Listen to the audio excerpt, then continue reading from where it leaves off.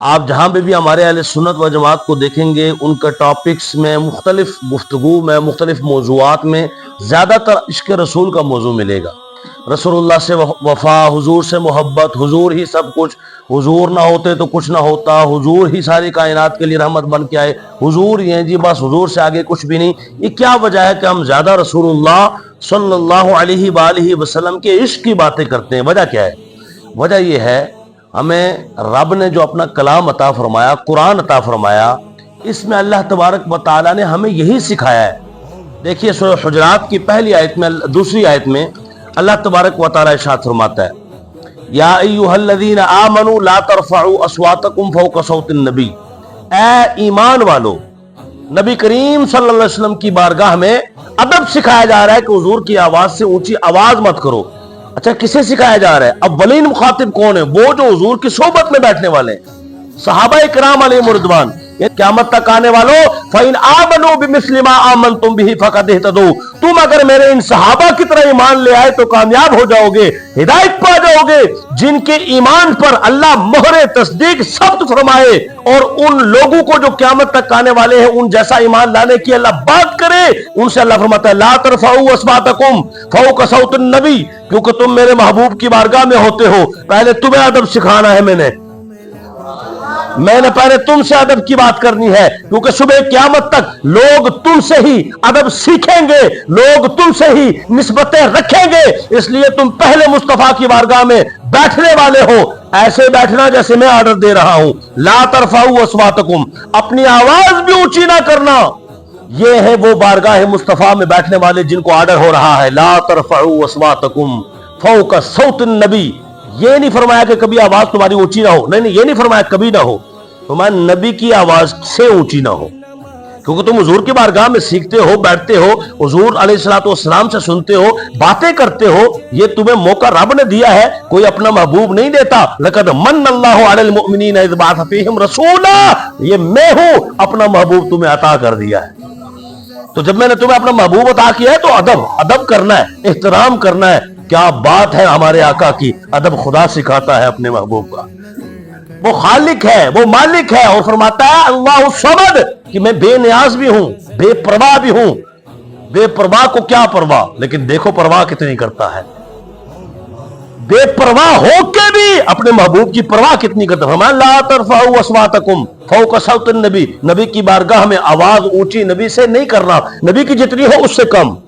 یہ آیت جب نازل ہوئی نا، اس آیت کے نازل ہونے کے بعد تا دم وصال، یعنی اس دنیا سے پردہ فرمانے تک، تا دم وصال کبھی بھی ابو بکر صدیق رضی اللہ تعالیٰ عنہ نے اور حضرت عمر فاروق رضی اللہ تعالیٰ عنہ نے اونچی آواز سے بات نہیں کی، سرگوشی سے بات کرتے، آہستہ، بالکل آہستہ آواز میں کرتے۔ کیوں؟ کہ رب نے فرما دیا لا ترفعوا اصواتکم فوق صوت النبی۔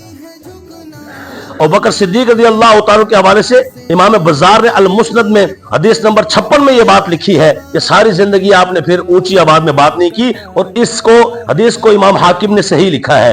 اور یہی حال حضرت عمر فاروق کا بھی چونکہ تھا، تو اس کو بخاری شریف میں لکھا گیا ہے 6872 نمبر حدیث پاک میں کہ یہ ادب تھا حضرت صدیق رضی اللہ تعالیٰ عنہ، حضرت عمر فاروق رضی اللہ تعالیٰ عنہ کا، ان دونوں کا یہ ادب تھا کہ جب سے یہ آیت نازل ہوئی پھر اس دنیا سے پردہ فرمانے تک کبھی زندگی میں انہوں نے اونچی بات ہی نہیں کی، کیونکہ ہمیں رب نے فرمایا نبی کی آواز سے اونچی بات مت کر رہا۔ صحیح مسلم کی حدیث نمبر 121 ہے، حضرت عمر بن عاص رضی اللہ تعالیٰ عنہ صحابی رسول نے پوچھا آپ حضور کی بارگاہ میں اکثر و بیشتر رہتے تھے، یہ بتائیں حضور کا حلیہ کیسا تھا؟ تو آپ نے فرمایا قسم خدا کی چاند بھی شرماتا تھا حضور کے حلیے سے۔ کیا بات ہے حضور کی، حسینہ جمیلہ دا منہ موڑ دیتا، محمد بنا کے قلم توڑ دیتا۔ احسن من قلم ترکت عینی واجمل من قلم تلد النساء، حضرت حسان فرماتے تھے یا رسول اللہ تواڈے جیا تے کسی ماں نے جنیا ہی نہیں۔ عمر بن عاص فرمانے لگے، عرض کرنے لگے اے حضور جیسا کائنات میں کل اللہ نے بنایا ہی نہیں، پر قسم ہے رب کعبہ کی میں نے کبھی جی بھر کے، نظر بھر کے، ادب کی وجہ سے حضور کو دیکھا ہی نہیں۔ تمہیں میں کیا بتاؤں، میں جب بیٹھا ہوتا تو نگاہیں نیچی کر کے بیٹھتا تھا۔ ابو داؤد شریف کی حدیث نمبر 3855 ہے، صحابہ کرام حضور علیہ الصلوۃ والسلام کی بارگاہ میں با ادب ہو کے بیٹھتے تھے، اور کیسے بیٹھتے تھے؟ ایسے بیٹھتے تھے کہ جیسے سروں پر پرندے بیٹھے ہوئے ہیں، اگر تھوڑی سی حرکت کی تو وہ پرندے اڑ جائیں گے. یہ بخاری شریف کی ہے, صحیح حدیث پاک ہے 2581 نمبر.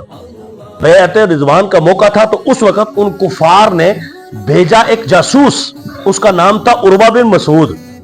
جاؤ ذرا چپکے سے جانا اور دیکھ کے آنا کہ کیا کوئی تیاری ہے ان کی اور کر کیا رہے ہیں, باتیں کیا چل رہی ہیں, اسلحہ کتنا ہے, ہتھیار کتنے ہیں, جذبہ کیسا ہے اور وہ کیا کر رہے ہیں. عروہ بن مسعود آئے, آ کر رہ کر واپس گئے اور انہوں نے پوچھا ہاں ہو آئے ہو؟ کہا ہاں جی ہو آئے ہو. کیا دیکھا ہے؟ کہا میں گیا ہوں, میں عجیب سے معاملات میں نے دیکھے ہیں. حضور علیہ الصلوۃ والسلام نے حجامت کروائی, بال مبارک کٹوائے. جب حضور نے بال کٹوائے تو کسی صحابی نے ایک بال بھی حضور کا نیچے نہیں گرنے دیا. سب نے بال اپنے پاس رکھ لیے اور ایسے لگتا تھا جیسے آپس میں لڑ پڑیں گے, اتنا زیادہ ہر ایک کو حضور کے بال محبوب تھے. ہر کوئی چاہتا تھا کہ حضور کا ایک بال بھی مل جائے اور میں اس کو اپنے پاس رکھ لوں. کہا اچھا بڑی بات ہے. کہا اس سے آگے سنو, وہ جب وضو کرتے تھے نا, وضو کا تو پانی سے ہوتا ہے, تو پانی کا ایک قطرہ میں نے دیکھا وہ نیچے نہیں گرنے دیتے تھے, اپنے ہاتھوں پہ مل لیتے تھے اور جس کو نہ ملتا وہ دوسرے کے ہاتھوں پہ رگڑ کے اپنے چہرے پہ مل لیتا تھا. اللہ اکبر. اس کی مثال اسے بھی کوئی دے سکتا ہے؟ ماں سے بھی بڑے بڑے لوگ محبت کرتے ہیں, کبھی ماں کے وضو کا پانی کسی نے چہرے پہ ملا ہے؟ اس سے بھی اگلی بات عروہ بن مسعود کہتے ہیں سنو, اس سے بھی اگلی بات. کہا اچھا وہ کیا ہے؟ کہا وہ جب لعاب دہن پھینکتے تھے تو وہ لعاب دہن بھی نہیں گرنے دیتے تھے, اپنے ہاتھوں میں اٹھا لیتے تھے. وہ تو ایسے دیوانے تھے حضور کے. ان سے کبھی جنگ نہ کرنا, جو اپنے نبی کے بال نہیں گرنے دیتے وہ اپنے نبی کو کیسے گرنے دیں. صحیح بخاری حدیث نمبر 4092 ہے. حضور نبی دو عالم صلی اللہ علیہ وسلم مال غنیمت تقسیم فرما رہے تھے اور مال غنیمت تقسیم فرماتے فرماتے ایک بندہ آیا, اس نے آ کر حضور علیہ الصلوۃ والسلام کی بارگاہ میں بے ادبی کر دی. آپ جو ہے مال ٹھیک تقسیم نہیں کر رہے, یہ نہیں کر رہے, استغفر اللہ العظیم, اس طرح سے بے ادبی کرنا شروع کر دی. عمر فاروق بول پڑے, یا رسول اللہ میں آرڈر دیو, میں تون بڑھ کے نہ رکھ دیا. میں نہیں, اس کو مارنا نہیں ہے, بس چھوڑو رہنے دو. یہاں تک کہ وہ بندہ وہاں سے چل دیا اور حضور کو پشت دے کے چلا, حضور کو پیٹھ دے کے ایسے چلا. تو عمر فاروق کو پھر غصہ آیا, یا رسول اللہ یہ پشت دے کے چل رہا ہے؟ کہا ہاں میرے صحابہ اسے دیکھ لو, غور سے دیکھ لو اس بندے کو. پھر حضور علیہ الصلوۃ والسلام نے اس کی نشانیاں بیان فرمائی, دیکھ لو اس کو. فرمایا یہ دیکھ لو, اس کا سر منڈا ہوا ہے, اس کے گال ابھرے ہوئے ہیں, داڑھی گھنی ہے, آنکھیں دسی ہوئی ہیں, تہبند آدھی پنڈلی تک اٹھا ہوا ہے. آج بھی کئی لوگ تہبند جو ہے نا آدھی پنڈلی تک اٹھاتے ہیں, تہبند آدھی پنڈلی تک اٹھا ہوا ہے. فرمایا اسے دیکھ لو. جب صحابہ کرام نے دیکھ لیا تو کیا ہوا؟ حدیث پاک ہے بخاری شریف کی. جب دیکھ لیا تو آپ نے فرمایا اس کی نسل سے ایک قوم آئے گی آخری زمانے میں, اتنی نمازیں پڑھیں گے تم اپنی نمازوں کو کم سمجھو گے, اتنے روزے رکھیں گے تم اپنے روزوں کو کم سمجھو گے ان کے مقابلے میں, اتنے عمل کریں گے کہ تم اپنے عمل کو کم دیکھو گے, کثرت کے ساتھ قرآن پڑھیں گے مگر قرآن ان کے حلق سے نیچے نہیں اترے گا, وہ دین سے ایسے نکل جائیں گے جیسے تیر کمان سے نکل جائے اور پلٹ کے واپس کبھی نہیں آئے. پتا چلا ایمان محبت مصطفیٰ کا نام ہے. اگر مثال کے طور پر چشتی صاحب کو پیش کر دیا جائے اور کہا جائے چشتی صاحب یہ 1 کلو حلوہ ہے, انتہائی عمدہ چیزوں سے بنا ہے, کوئی چیز اس میں جو ہے نا دیسی گھی سے بنا ہے اور فلاں چیز اس میں بالکل کوئی ملاوٹ نہیں ہے, یہاں تک کہ سوجی بھی ہم نے اچھے والی استعمال کی ہے, دیسی والی استعمال کی ہے, اوپر ہم نے بادام بھی لگائے ہیں, پستہ بھی لگائے ہیں, کاجو بھی لگائے ہیں اور چاندی کا ورق بھی ہے بہترین, یہ کھائیے. جب یہ کھانے لگے تو اس وقت بندہ کہے ہاں ایک ہے کہ بالکل کلو, باقی ٹھیک ہے, صرف 1 گرام اس میں زہر ہے. ایمان سے بتائیں کھائیں گے؟ کیوں چشتی صاحب؟ کہیں گے بھائی باقی کام کرے نہ کرے اینے کام کر دینا ہے میرا. 1 کلو پتہ نہیں کام کرے گا, جان بنائے گا یا نہیں بنائے گا, 1 گرام نے جان کاٹ لینی ہے.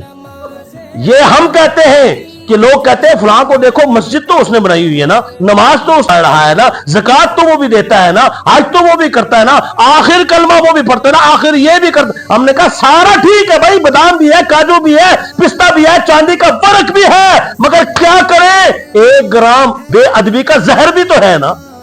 وہ سارے کا سارا کام کرے نہ کرے کوئی پتہ نہیں, مگر اس 1 گرام نے ایمان برباد کر کے جہنم کا مستحق بنا دینا ہے. اس لیے ہمیں چاہیے کہ ہم اس 1 گرام کی وجہ سے ٹوٹل حلوے کو رد کریں اور بچ کے رہیں. یہ نہیں کہ